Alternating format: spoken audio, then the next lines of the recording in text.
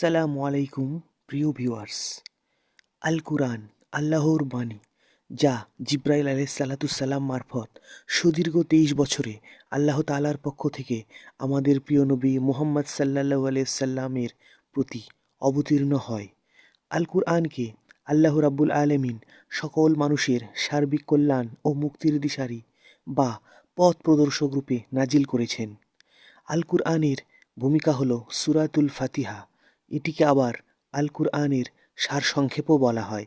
তাই সূরা ফাতিহা পবিত্র কুরআনের একটি গুরুত্বপূর্ণ সূরা।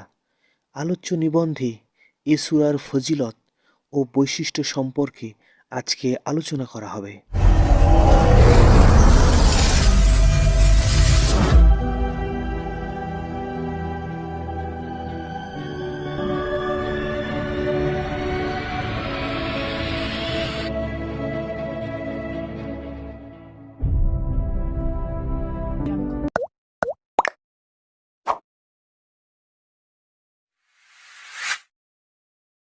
সূরা ফাতিহাকে উম্মুল কুরআন বলা হয়।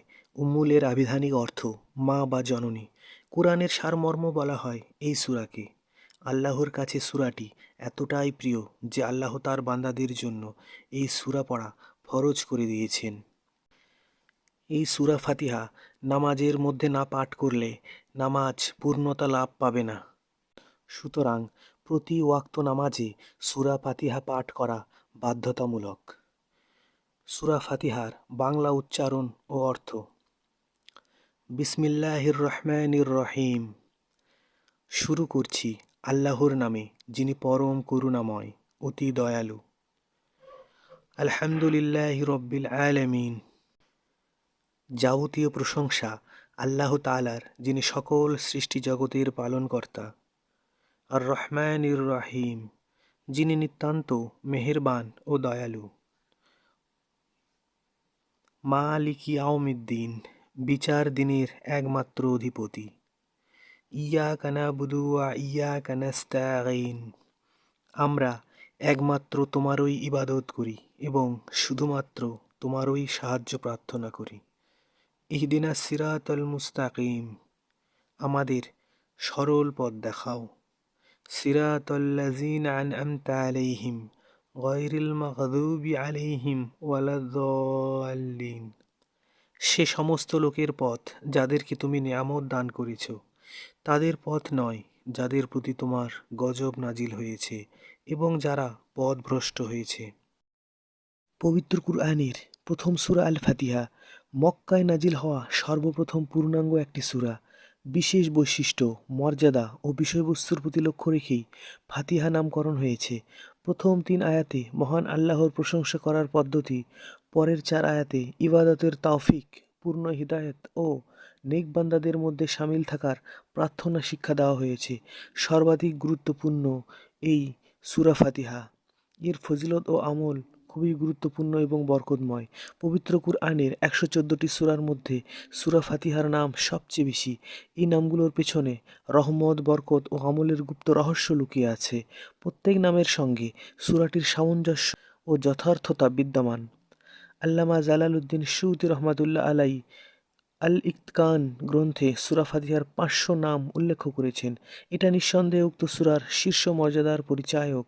ইমাম বুখারী রহমাতুল্লাহ আলাইহি সূরা ফাতিহাকে উম্মুল কিতাব হওয়ার ব্যাখ্যায় বলেন, এই সূরা দিয়ে কুরআন লেখার সূচনা হয়েছে আর এটার মাধ্যমে নামাজ শুরু করা হয় এবং এটাই কুরআনের সারসংক্ষেপ। সূরা ফাতিহা মানুষের অন্যতম দোয়া ও শেফা। সূরা ফাতিহার আমলে রয়েছে চমৎকার ফজিলত ও বৈশিষ্ট্য। নামাজের জন্য এই সূরাটি পড়া বাধ্যতামূলক। সূরাটি পড়া ছাড়া নামাজ হয় না। সূরাটি মুমিন মুসলমানের জন্য সব ধরনের দোয়া। এই কারণেই কুরআন পড়া শুরু করলেই সবাইকে এই সূরাটি দিয়েই শুরু করতে হয়। এটি একদিকে যেমন উম্মুল কুরআন, আবার এটি কুরআনের ভূমিকাও বটে। সূরা ফাতিহার আমলের বৈশিষ্ট্য: সূরা আল ফাতিহা সব রোগের মহাঔষধ।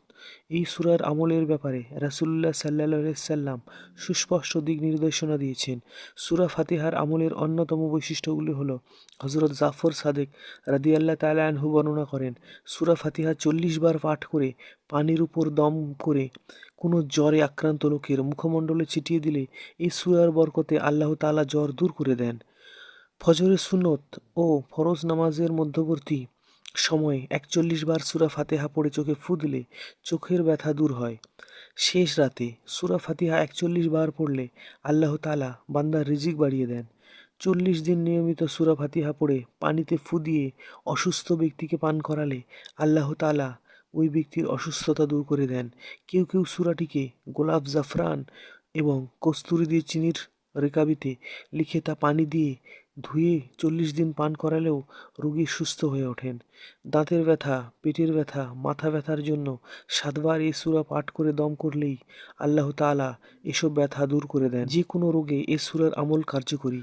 সূরা ফাতিহার গুরুত্ব ও বৈশিষ্ট্য। মুমিন মুসলমানের জন্য সর্বশ্রেষ্ঠ কুরআনী দোয়া ও আমল হচ্ছে সূরা ফাতিহা।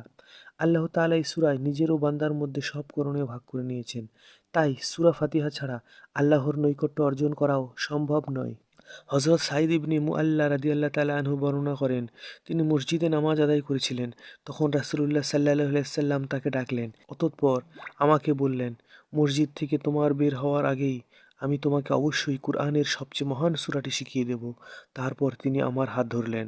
যখন তিনি মসজিদ থেকে বের হতে চাইলেন, তখন আমি তাকে স্মরণ করিয়ে দিলাম, আপনি কি আমাকে বলেননি যে তোমাকে আমি কুরআনের সবচেয়ে মহান সূরাটি শিখিয়ে দেব? রাসূলুল্লাহ সাল্লাল্লাহু আলাইহি ওয়াসাল্লাম বললেন, সূরাটি হচ্ছে আলহামদুলিল্লাহি রব্বিল আলামিন। এটি সাবুল মাসানি এবং কুরআনুল আজিম যা আমাকে দেওয়া হয়েছে। হযরত ইবনে আব্বাস রাদিয়াল্লাহু তাআলা আনহু বলেন, একদিন রাসূলুল্লাহ সাল্লাল্লাহু আলাইহি সাল্লামের কাছে জিবরিল আলাইহিস সালাম উপস্থিত ছিলেন। হঠাৎ জিবরিল আলাইহিস সালাম উপর দিকে একটি শব্দ শুনতে পেলেন এবং আকাশের দিকে তাকিয়ে বললেন, এ হচ্ছে আকাশের একটি দরজা যা আগে কখনো খোলা হয়নি। সে দরজা দিয়ে একজন ফেরেশতা অবতীর্ণ হলেন এবং রাসূলুল্লাহ সাল্লাল্লাহু আলাইহি সাল্লামের কাছে এসে বললেন, আপনি দুটি নূরের সুসংবাদ গ্রহণ করুন যা আপনাকে প্রদান করা হয়েছে, তা আপনার আগে আর কোনো নবীকে দেয়া হয়নি। তা হলো সূরা আল ফাতিহা এবং সূরা বাকারার শেষ দুটি আয়াত। আপনি সেই দুটি থেকে কোনো অক্ষর পড়লেই তার প্রতিদান আপনাকে প্রদান করা হবে। সুতরাং আমল, ইবাদত ও রোগ মুক্তিতে মুমিন মুসলমানের উচিত সূরা ফাতিহার আমলে নিজেকে সম্পৃক্ত রাখা, বিশুদ্ধভাবে সূরা ফাতিহা শিখে নেয়া। কেননা সূরা ফাতিহা ছাড়া নামাজ হয় না, আর তা নামাজের প্রতি রাতে পড়তে হয়। আল্লাহ তাআলা মুসলিম উম্মাহকে সূরা ফাতিহার তেলাওয়াত ও আমলের মাধ্যমে অসুস্থতা ও সমস্যা থেকে মুক্তির পাশাপাশি সূরাটি যাবতীয় ফজিলত ও বরকত লাভ করার তৌফিক দান করুন।